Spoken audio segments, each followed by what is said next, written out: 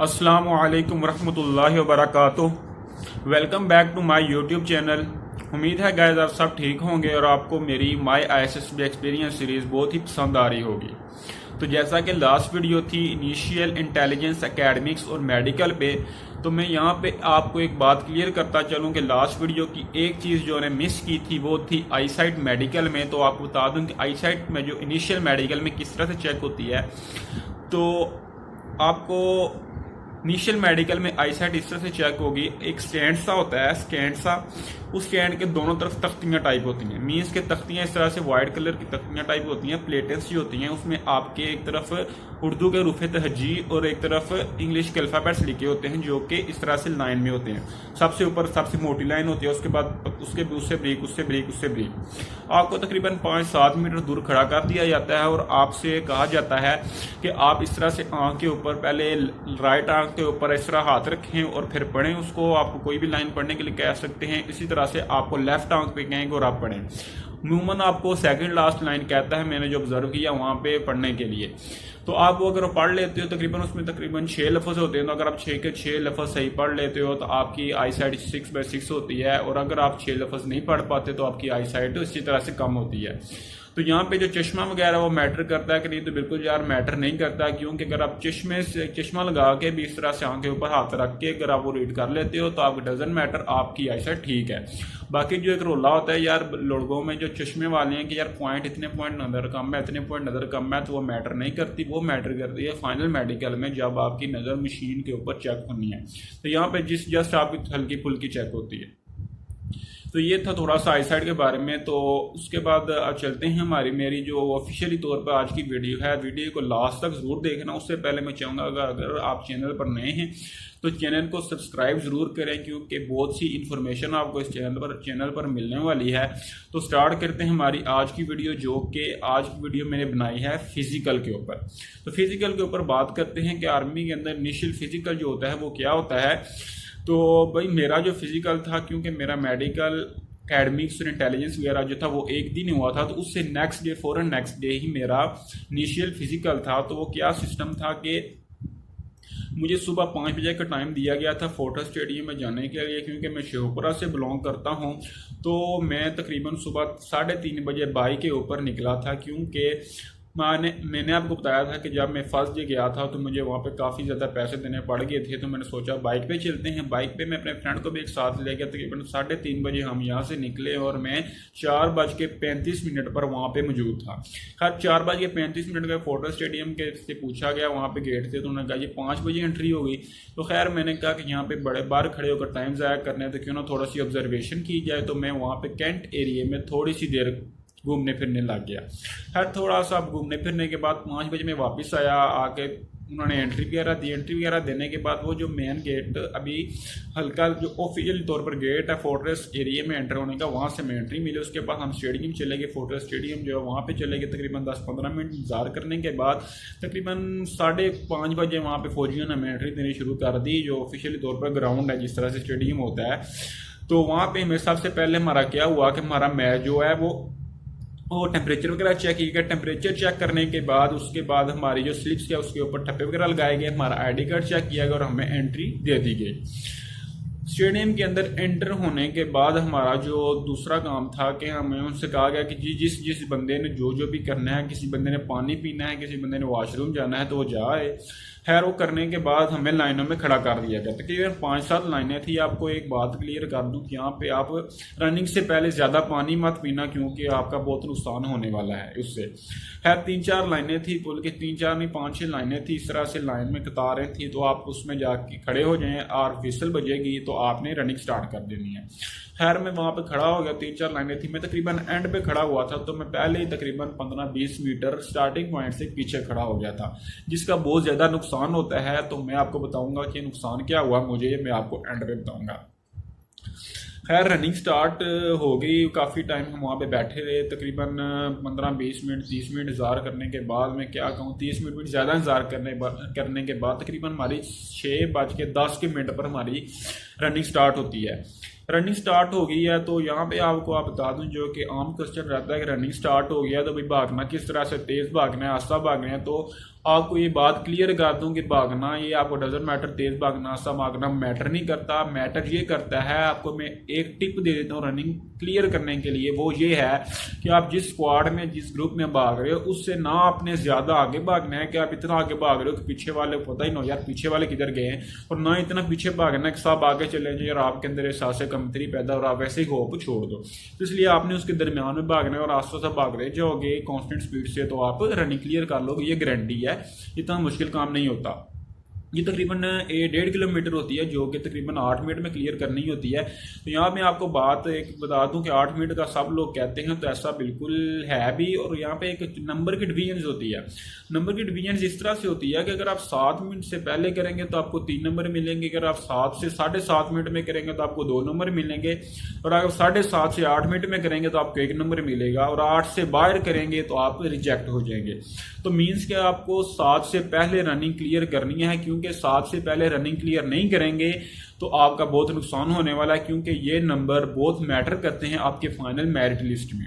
जिस तरह से आपका एंट्री टेस्ट में होता है कि एंट्री टेस्ट के 50%, 60%, 70%, इसी तरह से फाइनल मेरिट लिस्ट में भी आपकी जो ISSB या आपके जो इनिशियल के नंबर होते हैं तो वो भी इसी तरह से किरदार अदा करते हैं। है रनिंग हमारी हुई, रनिंग में आपको यार रनिंग के जो एरिया है ना उसके दरमियान आपको कोई बंदा रोकने टोकने वाला नहीं। आप चाहे वहाँ पे जाके सो जाएं, आपको टाइम में क्लियर करने, अगर नहीं क्लियर करेंगे तो आपको रिजेक्ट कर दिया जाता है।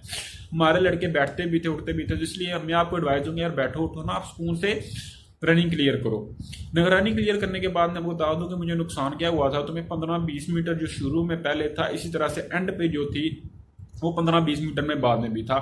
तो क्या हुआ कि इस तरह से था कि पहले जो मैं बता दूं कि 7 मिनट का टाइम होता है, लेकिन वो इस तरह से होता है, मैंने जब ऑब्जर्व किया कि जो पहला बंदा जब पहला कैंडिडेट क्लियर करता है ना स्टार्टिंग पॉइंट पे, तो वो बोली लगाना शुरू कर देते हैं भाई 3 नंबर 3 नंबर 3 नंबर, मीन्स के अगले 30 सेकंड तक जो बंदा आएगा उसको 3 नंबर मिलेंगे। उसके बाद 2 नंबर 2 नंबर, तो मीन्स की जब 2 नंबर स्टार्ट उन्होंने किया तो मैं तकरीबन 2 मीटर कह रहा हूँ 10 मीटर पीछे था, जो कि ऑफिशियली तौर पर मैं शुरू से भी 10 मिनट पीछे था। अगर मैं शुरू से स्टार्ट में खड़ा होता था आई थिंक कि मैं 3 नंबर वाले में आ सकता था, लेकिन मुझे 2 नंबर वहां पे मिले। रनिंग क्लियर करने के बाद उन्होंने कहा भी आपने 7 बजे तक आपने AS&RC लाहौर में रिपोर्ट करना है। वहां पे चले गए, वहां पे ऑफिशियल अगेन टेम्परेचर का चेक होने के बाद हमें वेटिंग एरिया में बैठा देगा। वेटिंग एरिया में वहां पे जाके स्टिंग वगैरह भी, क्योंकि एनर्जी का झटका लेना था, रनिंग में बहुत ज्यादा बुरा हाल हो चुका था। उसके बाद फिजिकल ग्राउंड में चले गए, वहां पे हमारे चिनअप्स पुशअप्स वगैरह होने थे। तो वहां पे हम गए तो यार वहां पे एक मेरे जो हेजिटेशन थी वो डिच क्रॉसिंग की थी, क्योंकि 7 फुट 4 इंच क्लियर करना बड़ा मुश्किल काम था। और मैं क्योंकि क्रिकेट का शौकीन हूँ, तो जब 7 फुट 4 इंच का नाम मेरे जहन में आता था, मुझे एक ही नाम जहन में आता था, मोहम्मद इरफान। बस भाई उसका कद जब जहन में आता था मुझे एक तरह होने लग जाता था यार कि ये अब किस तरह से क्लियर होगी, इतना लंबा उसका कद है और 7 फुट कितना लंबा होगा और 4 फुट डूंगा भी है, गिर के तो क्या बनेगा। खैर मैंने वहां पे जाके प्रैक्टिस की थोड़ी सी, वो इजीली मैं क्लियर कर सकता था। मुझे देखते हुए दूसरे कैंडिडेट ने प्रैक्टिस की तो वहाँ पे एक बंदा बहुत बुरी तरह से गिरा भी था, उसकी ये चेस्ट लगी साथ में उसकी बन्नी के साथ। लेकिन ये है कि बाद में जब वो टेस्ट हुआ तो उसने इजीली क्लियर कर ली थी, ये उसको फायदा हो गया। खैर हमारे चिनअप्स के सबसे पहले कराए गए, जब वो कैप्टन वगैरह जो भी था उसके साथ 2 हवालदार आए, हमारे चिनअप्स करवाए गए। चिनअप्स में ये था सबसे पहले छोटा था, उसके बाद उससे बड़ा था, उससे बड़ा था, जो मीन कद के हिसाब से लगे हुए थे, वो क्या कह सकते हैं सरिये से।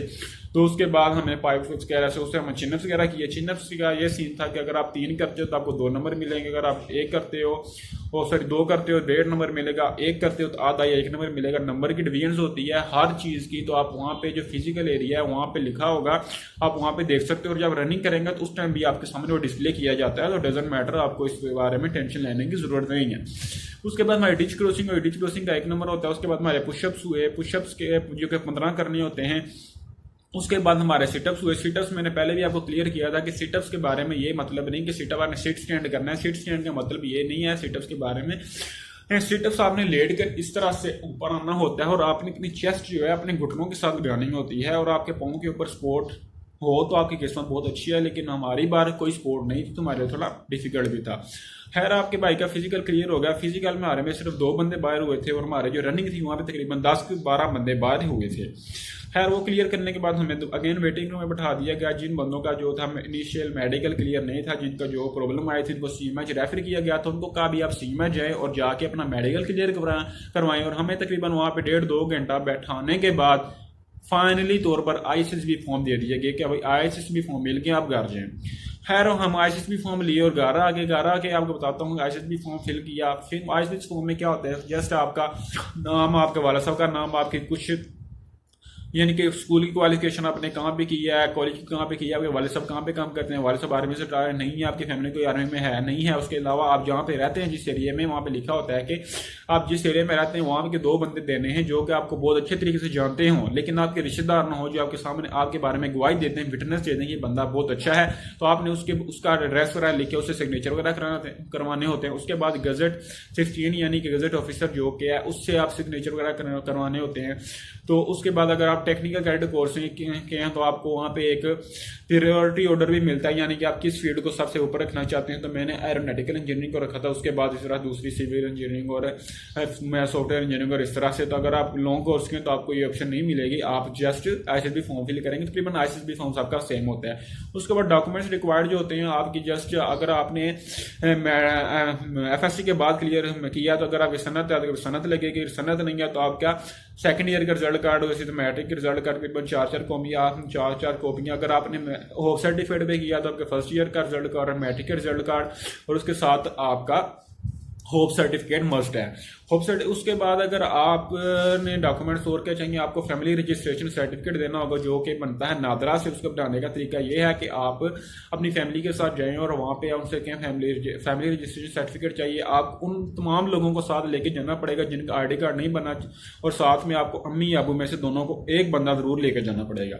खैर वो तकरीबन 1000 रुपया लेते हैं और बना देते हैं। मैंने भी बनवाया था। तकरीबन जलालत बहुत ज़्यादा होती है। उसके अलावा आपको पोस्ट ऑफिस से यार वो चाहिए होते हैं, क्या कहते हैं यार, पर्चियाँ सी, मुझे नाम भूल गया, वो 100 रुपये का वो लेके आना पड़ता है। क्या आप कह सकते हैं यार, मुझे भूल गया, मैं नेक्स्ट वीडियो में आपको बता दूंगा। खैर जो भी है, उसके बाद वो सारा फॉर्म इस तरह से क्लियर करना। आपकी फोटो चाहिए होती है तकरीबन 6, उसके बाद आपकी अबू के ID कार्ड की कॉपी 4 और आपकी ID कार्ड की कॉपी। ये सब देने के बाद आपने ISSB फॉर्म जमा करवाना होता है। यहाँ पे आपको एक बात कर रहा हूँ यार, मुझे डोमिसाइल के बारे में बहुत जलील हुआ था। तो डोमिसाइल मस्ट नहीं होता, मुझे ये बात नहीं पता चला। अगर आप दूर दराज के किसी इलाके से हैं, मीन्स के आप AJK से हैं, गिलगित बल्तिस्तान से हैं, तो आपको डोमिसाइल जरूरत होगा, वरना आपको डोमिसाइल की कतई जरूरत नहीं है। आपको डोमिसाइल के बारे में पूछा भी नहीं जाएगा। खैर डोमिसाइल को आपको जरूरत नहीं है, आप ऐसे भी फॉर्म जमा करा सकते हैं। हमें 2 दिन का टाइम दिया गया था, लेकिन डोमिसाइल के रोले की वजह से मैं बहुत जलील हुआ था, बहुत पैसे भी जाया किए मैंने डोमिसाइल के ऊपर। तो मैंने तकरीबन 6 दिन बाद जमा करवाया था। तकरीबन 20 को मुझे मिला था और मैंने 26 को जमा करवाया था और जमा इजीली हो गया था। मुझे उन्होंने पूछा मेरी क्या ब्लेड क्यों आया। खैर वो जमा करवाने के बाद खैर इनिशियल ख़त्म हो गया। उसके बाद मेरी ISSB की डेट आनी थी, तो ISSB की डेट में तकरीबन 1.5 माह बाद आई, और वो मुझे लेटर का मिला था और डेट मेरी आई थी 7 से लेकर 10 अगस्त तक। तो मैं आपको नेक्स्ट वीडियो में बताऊंगा कि मेरी ISSB की जर्नी कैसी थी। इंशाल्लाह हम नेक्स्ट वीडियो में ISSB में एंटर हो चुके होंगे। तो उम्मीद है गाइस आपको ये वीडियो बहुत अच्छी लगी होगी। अगर आप चैनल पर नए हैं तो चैनल को सब्सक्राइब कर लें, क्योंकि आपका बहुत ज़्यादा फायदा होने वाला है इस चैनल से। इस तरह से आपको कोई बंदा गाइड नहीं करेगा। चैनल को ज़्यादा से ज़्यादा शेयर करें, वीडियो को लाइक करें, कमेंट करें, और मिलते हैं नेक्स्ट वीडियो में। उस टाइम के लिए अल्लाह हाफिज़, अस्सलामु अलैकुम।